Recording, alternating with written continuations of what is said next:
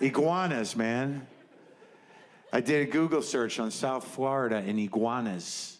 Yeah. Turns out there's a massive iguana problem in South Florida. They're all over the place. They're out of control. They're eating through power lines or showing up in cars and homes. There's literally iguanas fucking everywhere. So yes, the lizard portal is open. All over the world.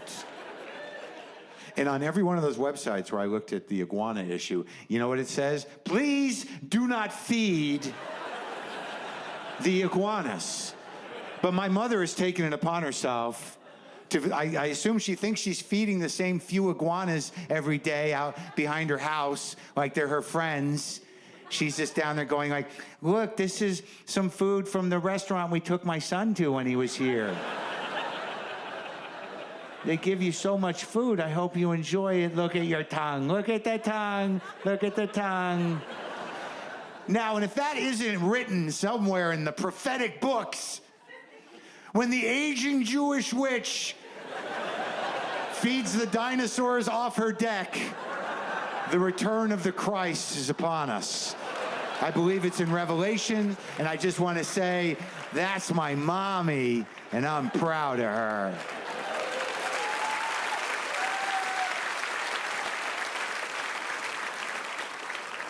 Yes, I'm doing what I can, people. I'm a 56-year-old man, just trying to stay woke, you know? Yep, I am of the generation that needed waking, for sure. I think I'm about 85% woke, and the other 15 I keep to myself.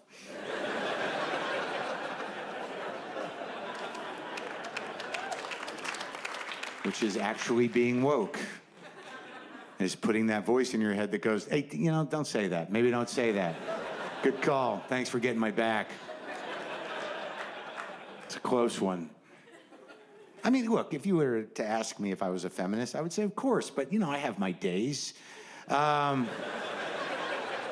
mean, I'm a guy. I'm a man. I've been a man all my life. Before that, I was a boy. And if you're a man, look, let's be honest. You probably heard yourself or some other dude that you know at some point in time say this. Fuck them. Fuck them all. Fuck women. Now, the question is, does that guy hate women? I don't know. Let's break it down. This is just my experience. Let's break it down. So fuck all of them? All right, you're right. Just the last 3 I dated, right? Fucking bitches. So just 3. You know what? Just Michelle, really. Fucking bitch. Broke my heart, took my shit. Fuck Michelle. So just one woman. Yeah, and it was kind of my fault. And I think that's a pretty good working definition of woke. It was kind of my fault. And where you go from there will determine how woke you stay. But that's the beginning of it. You go either way. It's a rough crossroads. And I think one of the biggest problems men have is that they have a dick. Most men have dicks. If you're a man, you don't have a dick, I hope it was a choice and not an accident. Dicks are a problem, and I think this is sort of the TED Talk portion of my show. I think I'll call it the history of my dick, and it's meant to be helpful. Trying to help men be respectful, empathetic, and care in the proper way with boundaries about women. And, well, dicks are, you know, it's a problem. It's an obstacle. Like, do you remember the first time you came? I'm putting this out there to the men. It's a big day. It's a life-changing day. A lot of times it doesn't even involve sexual thoughts. It just sort of happens for some reason, usually like when you're 8 or 9 or 10. Like for me, it involved a bath faucet with running water, and I stuck my dick in it. And I was 9, and I knew something was going to happen. I wasn't sure what it was, but it felt pretty big. And I could have been bad, it could have been good, but I stuck with it. Turned out to be fucking amazing. And a life changer. Really a great day. And honestly, I fucked that faucet for 1.5 years. Now, I'm trying to be honest and open. I'll get to the point of this. Then at some point, someone tells you what that feeling is. Maybe you got a kid who has an older brother, or somebody finds a porno magazine, or you find your parents' copy of A Joyous Sex hidden in a mattress, and you can look at fairly realistic renditions of hippies fucking. And once someone informs you that that feeling comes from putting your penis into a vagina, that just fucking changes your entire neural pathway issue. And it's sort of all you think about is putting your penis in a vagina from age 13 to like this morning. This is truth. It's all you fucking think about because it's amazing. Like, I was sort of surprised when I learned about it, because there was part of me that was like, when I was told about the vagina, I was like, really, it's not water? And it honestly seemed much more complicated, which I believe it to this day is true. But once you know, man, it's all, you just want to be in the vagina. And that's the problem, especially for my generation of men, I think, because I really think that a lot of...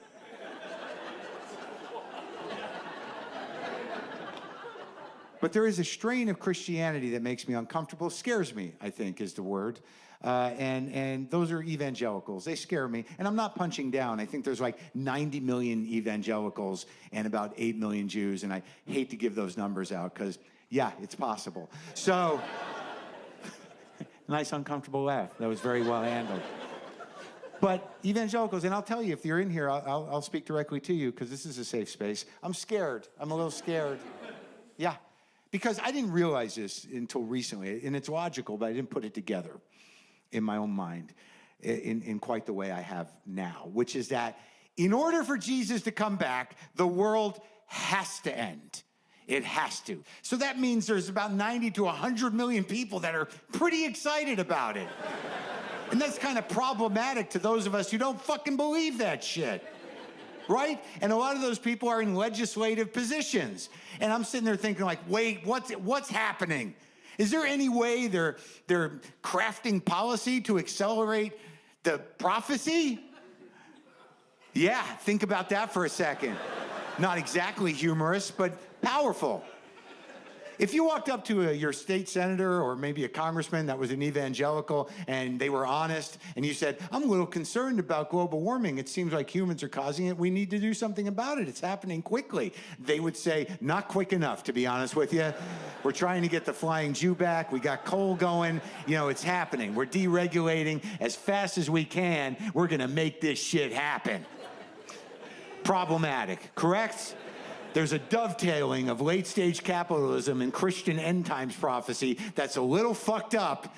And I'm sorry, I don't mean to put this on you, but I'm assuming that the horrendous greed monsters that don't give a fuck about anything are just hedging their bets. They don't believe the prophecy. In the back of their head, they're thinking, hey, if it turns out to be true, we still got the meek, right? They can build the domes. There's a lot of jobs in a burning sky. All right. Let's go. I'll take another angle. What's wrong with Mike Pence's face? Have you looked at Vice President Mike Pence? He's got a sort of a knot of a face, a tight little face with dead eyes floating in a big head. What's going on with that face? I don't know exactly, but I'm pretty sure it's shame-based. I don't know exactly what it is, but when I look at Mike Pence doing anything, all I see is a man standing there thinking, don't think about cock, don't think about dicks. I don't want a dick. I don't want to suck a dick. I don't want a dick in me. No dicks for Mikey. Jesus. I want Jesus. Jesus died on a cock for me, and that's who sorry, I did it again, Jesus. I'm sorry. Jesus is in my heart, not cock. That's what I think's going on with Mike Pence's face. I think it's trying to retreat back into his head away from all the dicks he sees coming at him. He's got a fairly rare condition called inverted gay face. And I really believe that if Mike Pence sucked one dick, his face would pop out and we could all be less nervous if Trump doesn't make it through his first term, because Pence is a scary Christian fascist person and he's probably worse. Now, I know I've gotten some pushback from the LGBTQ community about characterizing a homophobic, gay-hating man as being secretly gay as being wrong, because it diminishes the fact that they're dangerous human beings and they're horrible. And I take that to heart, and I hear you, but I think I'm right about Pence. Now, let's switch back to the story, the prophetic story, which is my hope, and you know where I'm coming from. And this is going to hurt some people, but you can take it. It's going to land kind of bad. It's funny, but it's going to hurt going in. My hope on the last day of the planet Earth, on Judgment Day, when the sky is on fire and everyone can't breathe at the same time. We're all looking at each other with the same dumb face. And no one can help the other person. And, water is rising out of nowhere, and there's just no filter between the sun and our skin anymore, and our flesh is just starting to burn. This is a bad day, folks. Ugly. But it's coming. And my hope on that day, in my heart, is that Jesus doesn't come back. Okay, look, I know it's a small victory for us non-believers, but I think it'll be worth it. I think it'll be worth it to be standing in that water and be able to high-five the guy next to you. I knew it, man. I knew he wasn't coming. You owe me $20, fucker. My face is burning.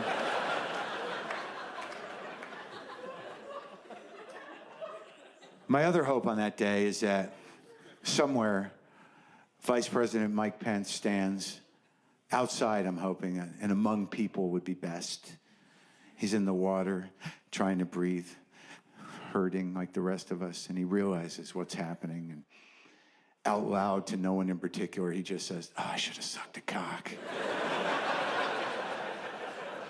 And then he realizes, hey, the water is only so deep, I can still kind of suck some cocks. And the Vice President of the United States starts scrambling through the water trying to suck the dicks of dying guys. I mean, are they going to argue with him? The Vice President wants to blow him on the last day of the planet Earth. They're like, hell yeah. So he's fucking jerking guys off. He's sucking dicks. He's having the best time of his life. He didn't know it would ever happen for him, and it's happening. And it's happening hard. Yeah. The VP's got a dick in each hand. He's got one in his mouth. And then Jesus comes back.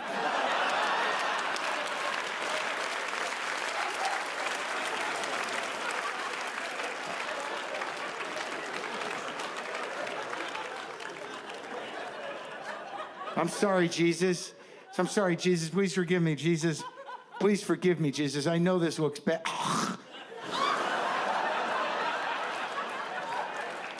I'm sorry. Once.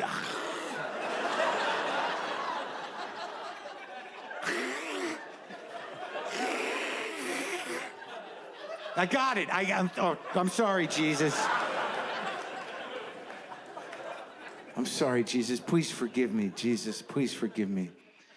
And Jesus is just hovering over Pence. He's being held by Iron Man. They're both back, man. They're both back, baby. And Jesus looks down at Pence and he says, I can't do it, Mike. Can't forgive you. I can't. You couldn't wait 5 minutes? 5 minutes. I can't forgive you.